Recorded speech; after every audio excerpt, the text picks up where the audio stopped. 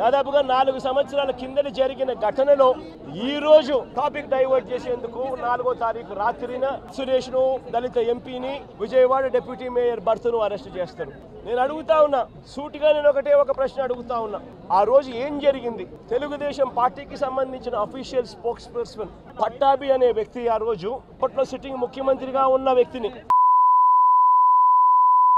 ఏమిటో తెలుసా? తెలుగుదేశం పార్టీ కార్యాలయంలో తెలుగుదేశం పార్టీ అధికార ప్రతినిధి ముఖ్యమంత్రిని ఆ రోజు అన్న మాట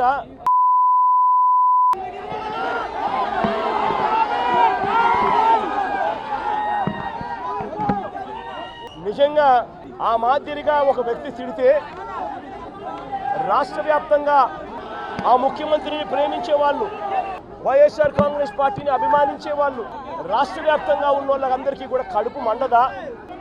ఎవరైనా చెబితేనే వాళ్ళు వచ్చి చేస్తారా? కడుపు మండిన వాళ్ళు ఈ అన్యాయాన్ని చూడకూడదు అని అనుకునే వాళ్ళు కొంతమంది తెలుగుదేశం పార్టీ ఆఫీస్ దగ్గరికి వెళ్ళి ధర్నా చేశారు.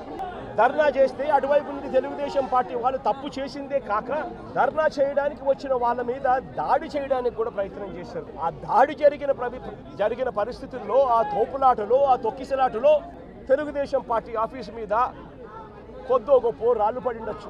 నేను అడుగుతా ఉన్నా, ఆ జరిగిన ఘటనను ముఖ్యమంత్రిగా నన్ను అన్నా కూడా నేను చంద్రబాబు నాయుడు గారి మీద కక్ష సాధింపు చర్యతో వ్యవహరించాల. ఏదైతే వైఎస్ఆర్ కాంగ్రెస్ పార్టీ ఒక పేపర్ పెట్టుకొని విషయం జిమ్ముతున్నారు అంటే, ఓడిపోయారు కాబట్టి, ప్రజలు ఓడిచ్చారు కాబట్టి ఈ ప్రజలపైన ద్వేషం పెంచుకొని ఏదో ఒక విధంగా నష్టం చేయాలని ఆలోచించే పార్టీలు నియమనాలు నాకైతే అర్థం కావడం లేదు. ఇలాంటి పార్టీలు ఈ రాష్ట్రంలో ఉండడమే మన దురదృష్టం అని చెప్పి కూడా నేను మీకు తెలియజేస్తాను. భారతదేశ చరిత్రలో ఎక్కడా ఇలాంటి పార్టీ ఉండదు.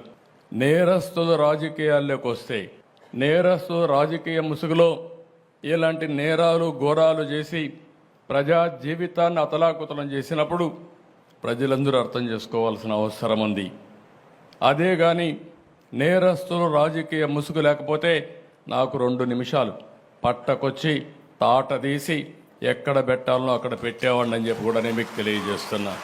ఒక రాజకీయ పార్టీ ఆఫీసు పైన దాడి చేస్తారు, దాడి చేస్తే వాళ్ళని అరెస్ట్ చేస్తే దానిపైన కూడా నిరసన తెలియజేస్తారు. అంటే రాజకీయ పార్టీ అనేది ప్రజలకు ఒక దేవాలయంగా పనిచేసే పార్టీ ఆఫీసులు ఇవి. ఒక చిన్న party office, communist party office ఉన్నా ఎక్కడా ఎవరు దాడి చేయలేదు. నా జీవితంలో నేను చాలాసార్లు చూశాను. 40 సంవత్సరాలుగా రాజకీయ పార్టీ ఆఫీసుల పైన, రాజకీయ పార్టీ నాయకులపైన ఎప్పుడూ దాడి జరగలేదు. నేను ఎన్నో రాజకీయాలు చేశా, ఎంతమందితో చేశా, కానీ ఒక నేరస్తుడితో రాజకీయాలు చేయడం అనేది నాకే నామోషి అనిపిస్తుంది. కానీ మీ ప్రజాహితం కోసం నాకు తప్పడం లేదు ఈ యుద్ధం.